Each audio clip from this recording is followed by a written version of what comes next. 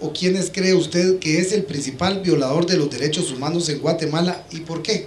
Yo creo que no es el Estado el gran violador, porque el Estado es una entidad que tiene las leyes que nos marca la Constitución de la República y cuyo artículo primero garantiza los derechos de los ciudadanos y está todo regulado. No es el Estado el culpable son los gobernantes, son las personas que están capturando nuestro Estado por tantos años ya. Ahí es donde está el problema. Y son los funcionarios de Estado, las autoridades de gobierno, los responsables. No es el Estado por sí mismo, sino son las personas. Y con ellos van también de la mano los corruptores, porque hemos hablado hoy de corrupción y de impunidad. Para que haya corrupción tiene que haber dos. No solo son los gobernantes, son aquellos que están dispuestos a corromper a los gobernantes. La corrupción es como el tango, se necesitan dos para bailarlo. Se necesita el corruptor y el corrupto para que haya un acto de corrupción. Y es tan culpable uno como el otro, sin embargo siempre nos enfocamos en los corruptos, no en los corruptores, y eso debe cambiar. No vamos a combatir la impunidad mientras no castiguemos a todos, no importa si es el que paga o el que recibe. Los dos cometen un delito. Y tampoco debemos olvidarnos de otro sector de la población que es un gran violador de los derechos humanos, y son los criminales. Sean delincuentes comunes, sean mareros, sean narcotraficantes o de cualquier parte del crimen organizado o no organizado.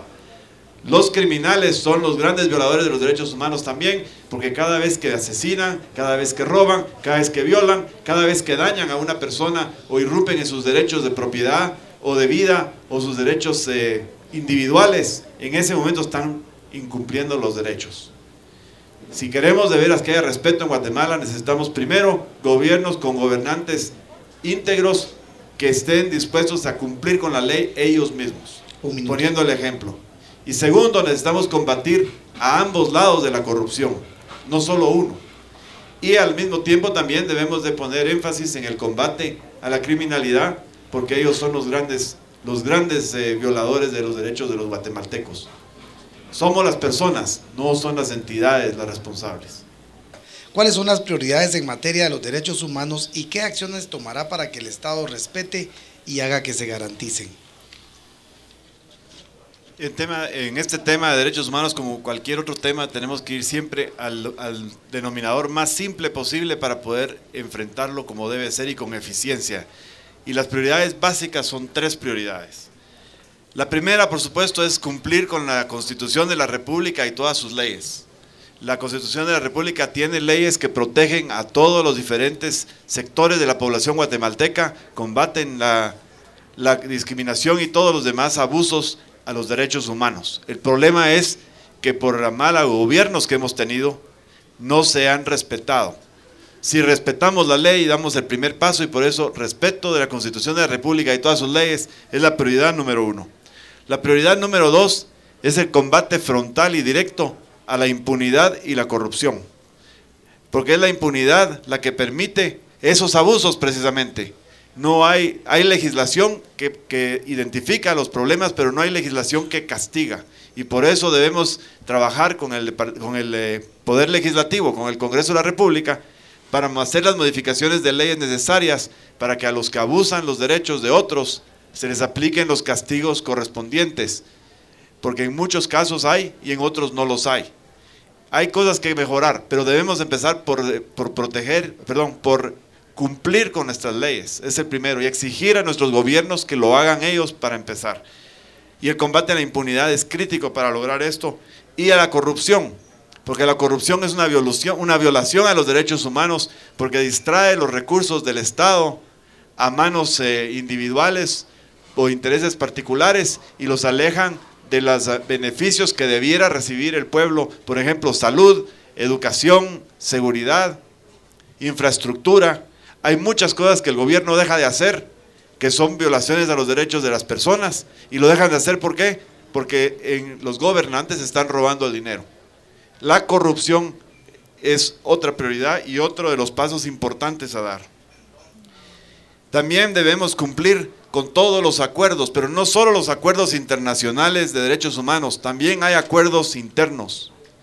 Y los que no hay que hacer acuerdos donde hagan falta. El cumplimiento de la palabra es una de las primeras cosas que diferencian a una buena persona honesta del resto. Cuando el gobierno entra en un acuerdo internacional, lo debe cumplir.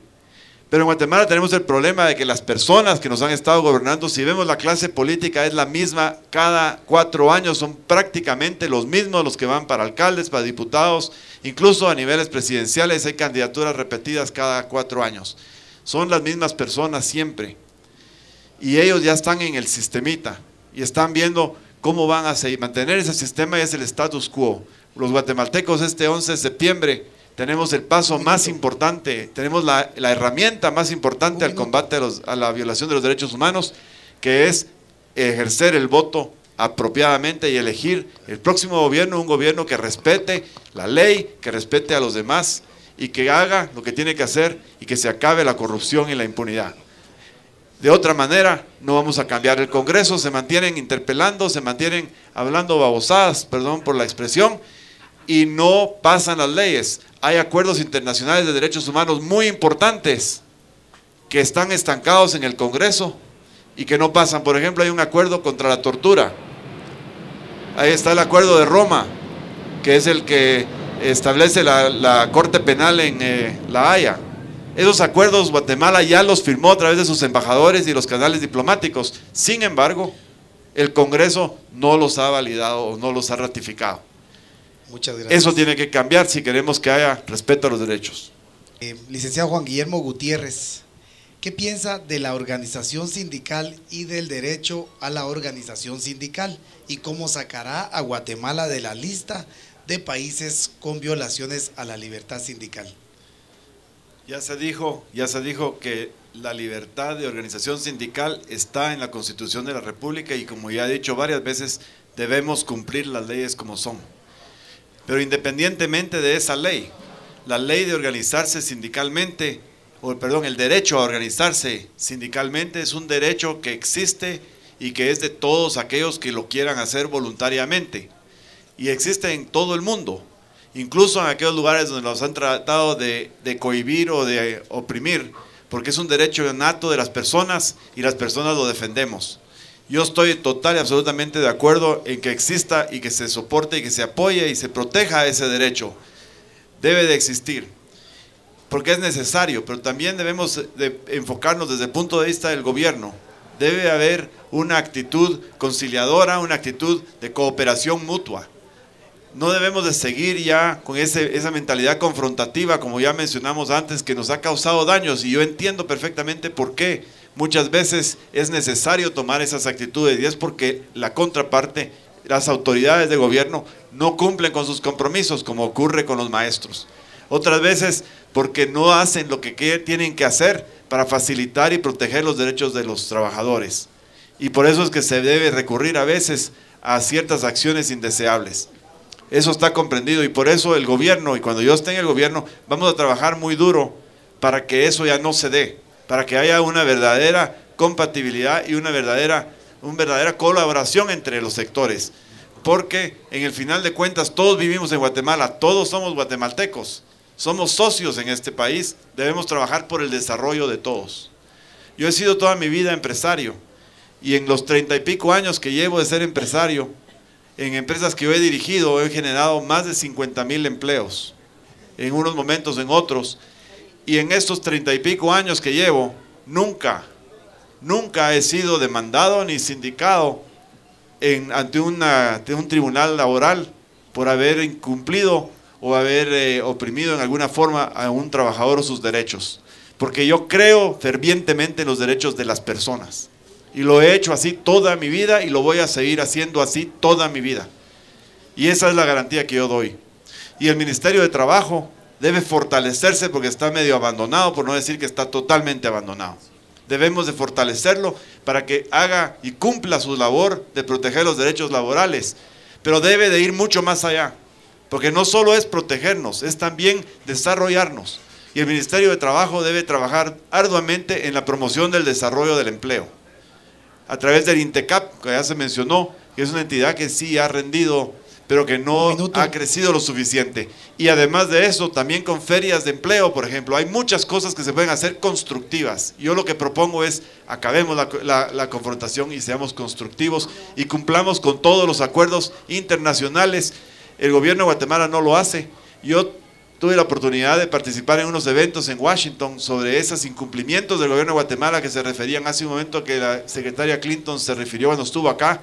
Yo hice muchos intentos de llegar al gobierno de Guatemala con propuestas concretas para resolver ese problema y ni siquiera me quisieron recibir. Tenemos que actuar y esa es mi propuesta. Ya no confrontemos, trabajemos juntos, somos socios en este país y lo vamos a sacar adelante con trabajo y desarrollo y con colaboración. Gracias. Vamos con el licenciado Juan Guillermo, vamos a repetir nuevamente. ¿Qué opina que por medio de la iniciativa de ley 4348 se extienda el contrato de las frecuencias de radio y televisión por 20 años más al oligopolio de la televisión, que incluso viola nuestra Constitución? Y si tiene conocimiento que el próximo año pasaremos a formar parte de la tecnología digital, pudiendo transmitir por esa misma frecuencia 5 señales simultáneamente. Primero que nada, nadie puede apoyar ninguna ley o ninguna negociación ni ninguna disposición que viole la Constitución de la República. Si este acuerdo o esta ley viola la Constitución de la República, no puede ser apoyada, sino debe ser repudiada. Ese es el primer punto. Ahora, pasando al tema de lo que es el monopolio. Todo monopolio es negativo, es malo. Y en Guatemala no combatimos los monopolios y son los que nos tienen en muchos casos arrodillados. El tema de los medios es particularmente delicado porque es el medio de comunicación que es por donde nosotros recibimos información. En mi opinión, los medios deberían de participar competitivamente y no debiera de haber ningún tipo ni de monopolio ni oligopolio en esta materia o en ninguna otra materia porque no trae ningún beneficio para el país, solamente para las personas interesadas. Las frecuencias de televisión y las frecuencias de radio son parte del patrimonio de un país y no deben de asignarse tampoco en esa largueza de duración porque no sabemos qué más va a pasar. La tecnología viene y la tecnología es muy valiosa y eso nos permitirá al gobierno poder otorgar entre las mismas frecuencias a más personas. Yo creo que el gobierno debe promover la competencia, no coartarla. Muchas gracias. Juan Guillermo, tenemos la pregunta, si podemos hacer lectura de ella y 1 minuto. Me hicieron una pregunta que me parece muy interesante. Dice, ¿qué piensa de sindicalistas que han jugado política y han sido presidentes? Casos Lula de Brasil, Reagan de Estados Unidos y Walesa de Polonia. ¿Cree que un sindicalista puede ser presidente de Guatemala? Y la respuesta es muy sencilla y muy corta. Definitivamente que sí. ¿Por qué no? Cualquier guatemalteco puede ser presidente de Guatemala si tiene los méritos y alcanza la oportunidad. Y la deberían tener los sindicalistas. Estos 3 personas que se mencionaron acá, los 3 fueron buenos gobernantes para sus países. El presidente Lula gobernó por 8 años en Brasil e hizo una labor excelente. Excelente labor, nadie lo puede criticar. No fue perfecto, habrán cosas que se le puedan criticar, pero fue un excelente presidente. El presidente Walesa de Polonia fue un sindicalista clásico. Él fue acosado, él luchó para evitar derramamiento de sangre en el Dansk y luego fue encarcelado, fue mantenido en arresto domiciliario por muchos años y llegó aún así a la presidencia de Polonia y fue el primer presidente democrático libre de Polonia. Yo tengo el honor, y lo digo con muchísima satisfacción y honor, que tuve la oportunidad de conocer a Lech Walesa hace unos años y compartir con él tiempo. Hay mucho que se puede hacer y la diferencia que hay entre una persona como Lech Walesa y otros que se extremizan hacia un lado o el otro es que es un hombre que siempre buscó lo mejor para su pueblo sin confrontar y sin violencia. Todo lo contrario, sufrió cárcel precisamente por preservar la paz. Con la ayuda de su santidad Juan Pablo II, ellos 2 mantuvieron Polonia sin derramamiento de sangre por 15 años. Ese es un buen ejemplo y creo que en Guatemala hay muchos sindicalistas que tienen la capacidad para poder llegar a ser presidentes. Aquellos que han tenido la oportunidad de leer o conocer o escuchar el plan de gobierno del Partido Avanzada Nacional y de Juan Gutiérrez saben que todo lo que está en esto es precisamente el corazón de nuestra propuesta. Nuestra propuesta gira alrededor del desarrollo económico, la generación de empleo. Queremos combatir la pobreza de su raíz, que es la falta de oportunidad. Este documento no solo encubre todo lo que nosotros decimos, sino que lo ratifica, pero quiero decir una cosa más. Yo soy una persona que cree en la palabra de las personas aún más que en las firmas, porque se han firmado documentos y se dicen cosas y después no se cumplen. Y una característica mía de todos los años que llevo de trabajo y que lo aprendí de mi padre, es que la palabra vale más que un contrato. Y aunque ya firmé el papel, les digo de palabra y viéndolos a los ojos, que esos compromisos que están ahí plasmados en este contrato son mis compromisos hacia Guatemala, y es la razón precisamente por la que estoy en política y tratando de ascender a la presidencia de la República. Muchas gracias. Entonces, un aplauso tanto para las organizaciones sindicales como para los candidatos. Muchas gracias.